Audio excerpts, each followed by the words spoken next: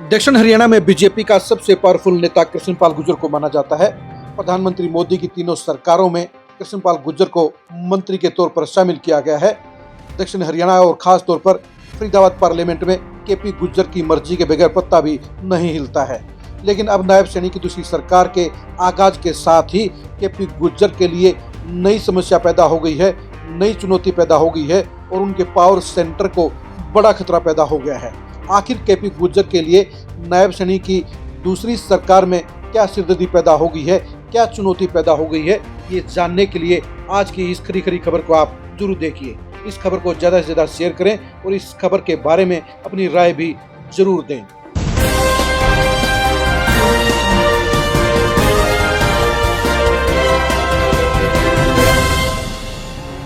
कृष्णपाल गुर्जर दक्षिण हरियाणा में जहां सबसे मजबूत बीजेपी के नेता हैं, वहीं सीएम पद पर भी उनकी दावेदारी जग जाहिर है। पिछले 10 साल के दौरान बीजेपी की सरकार आने के बाद केपी गुर्जर भले ही सेंटर में मंत्री हैं, लेकिन स्टेट की पॉलिटिक्स में भी फरीदाबाद पार्लियामेंट में उनको रोकने टोकने वाला कोई नहीं है।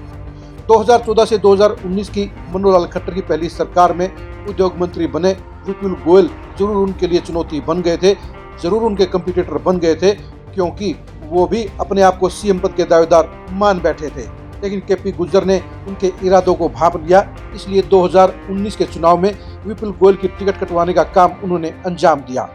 यही वजह है कि विपुल गोयल केपी गुर्जर के सामने अब सबसे बड़े चुनौती के तौर पर खड़े हैं और नायब सैनी की दूसरी सरकार में विपुल गोयल को मंत्री बनाकर केपी गुर्जर के लिए बड़ी सिरदर्दी पैदा कर दी गई है। इसके अलावा विपुल गोयल को जिस तरह से लोकल बॉडीज का डिपार्टमेंट मिला है, उसके चलते भी फरीदाबाद पार्लियामेंट के सारे विधायक अब विपुल गोयल के पास में हाजिरी मानने पहुंच गए हैं, उनके साथ अच्छे रिश्ते बनाने के लिए पहुंच गए हैं, क्योंकि उन्हें पता है कि अगर विकास कार्य कराने हैं तो शहरी विकास के मामले में विपुल गोयल का साथ उन्हें चाहिएगा। यही वजह है कि अब ये नेता केपी गुर्जर की हाजिरी मारने की बजाय वो विपुल गोयल के साथ दोस्ताना रिश्ता बनाने को ज्यादा प्राथमिकता देंगे। यानी विपुल गोयल को मंत्री बनाकर नायब सैनी ने उनको बड़ी चुनौती देने का काम कर दिया है, उनकी ट्रिपल घेराबंदी करने का काम कर दिया है। जो सेकंड चुनौती है वो चुनौती है राजेश नागर। राजेश नागर टीगांव से दूसरी बार विधायक बने हैं और उन्हें भी राज्य मंत्री के स्वतंत्र प्रभार के साथ ही नायब सैनी की सरकार में शामिल किया गया है। राजेश नागर के ऊपर हमेशा ये प्रेशर रहा है कि केपी गुर्जर अगर चाहेंगे तो चुनाव जीतेंगे, केपी गुर्जर अगर नहीं चाहेंगे चुनाव हार जाएंगे। यही वजह है कि उनको दब कर रहना पड़ता था, केपी गुर्जर की पावर के सामने माथा झुकाना पड़ता था।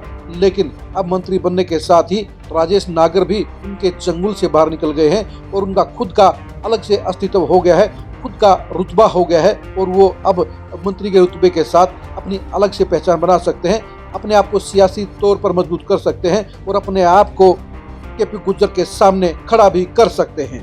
तीसरी चुनौती है गौरव गौतम की। गौरव गौतम हाईकमान के बंदे हैं, हाईकमान ने उनको टिकट दी है। अमित शाह और अनिल जैन के जरिए वो सियासत में बड़ी एंट्री मार गए हैं। पहली बार विधायक बनने के साथ साथ वो मंत्री भी बन गए हैं। उनके पास भी खेल और युवा मामलों के मंत्रालय की एक बड़ी पावर है और वो किसी भी सूरत में केपी गुर्जर की हाजिरी नहीं मारेंगे और ना ही उनसे दबने वाले हैं। यानी फरीदाबाद पार्लियामेंट के तीनों मंत्री ही अब केपी गुर्जर के लिए सिरदर्दी बन गए हैं, चुनौती बन गए हैं, क्योंकि तीनों अब किसी भी सूरत में केपी गुर्जर के आगे झुकने वाले नहीं हैं और वो इंडिपेंडेंट पॉलिटिक्स करते हुए आपस में हाथ मिलाकर भी चलेंगे। यानी तीनों मंत्री केपी गुर्जर के खिलाफ लामबंद होंगे, तीनों मिलकर काम करेंगे और तीनों ही एक दूसरे को मजबूत करने के लिए सहयोग करने का काम करेंगे। यानी फरीदाबाद पार्लियामेंट में अब ट्रायंगल फाइट के अंदर केपी गुर्जर जहां अकेले पड़ते हुए नजर आ रहे हैं, वहीं पर दूसरी तरफ विपुल गोयल, राजेश नागर और गौरव गौतम की तिगड़ी उनके सामने बड़ी चुनौती पेश करने का काम करेगी।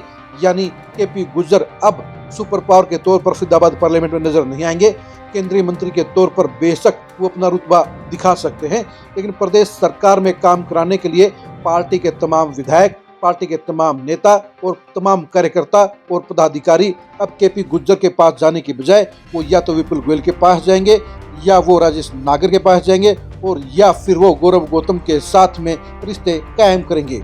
यानी अब केपी गुर्जर के लिए फरीदाबाद की पॉलिटिक्स में अकेला पड़ने का खतरा पैदा हो गया है, उनकी पावर सेंटर की पोजीशन अब खत्म होती नजर आ रही है, क्योंकि फरीदाबाद पार्लियामेंट में 3 मंत्री बनने के साथ ही अब सियासी हालात बदल गए हैं और अब किसी भी सूरत में केपी गुर्जर सुपर पावर नजर नहीं आते हैं।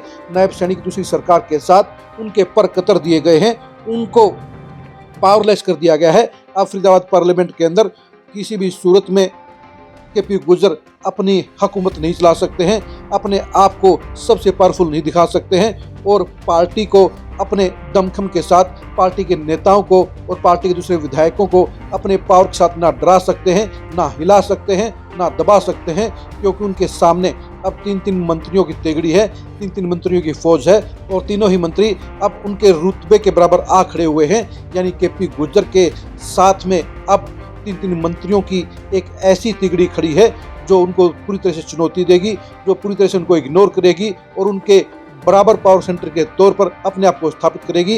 यानी अगले 5 साल के दौरान अब फरीदाबाद की पार्लियामेंट में जहां केपी गुर्जर के लिए अब अकेले पावर सेंटर का रुतबा खत्म हो गया है, वहीं अब विपुल गोयल, राजेश नागर और गौरव गौतम की तिगड़ी उनको बराबर की चुनौती देगी, अपने आप को ज़्यादा मजबूत करेगी और केपी गुर्जर के रुतबे को डाउन करने का काम करेगी। यानी अब हालात बदल गए हैं, सिस्टम बदल गया है, माहौल बदल गया है और नायब सैनिक की तीसरी सरकार बनते ही अब फरीदाबाद पार्लियामेंट के अंदर अब केपी गुर्जर का राजपाट खत्म हो गया है। फरीदाबाद पार्लियामेंट में आप केपी गुर्जर की पोजीशन के बारे में क्या सोचते हैं, कमेंट करके जरूर बताइए। अब विपुल गोयल क्या 2014 से 2019 की तरह बड़े पावर सेंटर के तौर पर आगे उभरेंगे, इसके बारे में भी कमेंट करके आप जरूर बताइए। राजेश नागर और गौरव गौतम किस तरह से केपी गुर्जर का सामना करेंगे, ये भी कमेंट करके जरूर बताइए। आप हमारे फेसबुक पेज को फॉलो कीजिए, आप हमारे यूट्यूब चैनल को सब्सक्राइब कीजिए। नमस्कार।